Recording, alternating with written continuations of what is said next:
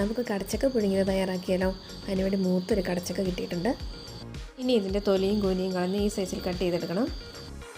ഇനി കുറച്ച് തേങ്ങാപ്പീരിലേക്ക് അല്പം ഉപ്പിട്ടൊന്ന് തിരുമ്മി വയ്ക്കുക.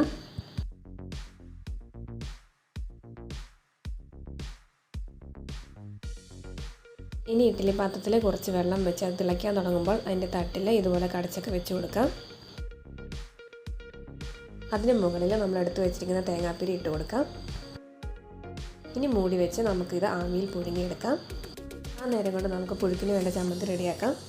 അതിനുവേണ്ടി മിക്സിയുടെ ജാറിൽ ചെറിയുള്ളിയും കാന്താരിമുളകും ഉപ്പും വാളമ്പുളിയുടെ പേസ്റ്റും ഇട്ടൊന്ന് അരച്ചെടുക്കാം. അപ്പോൾ ഇത് നമ്മുടെ കടച്ചക്ക പുഴുക്ക് ഇവിടെ റെഡി ആയിട്ടുണ്ട്.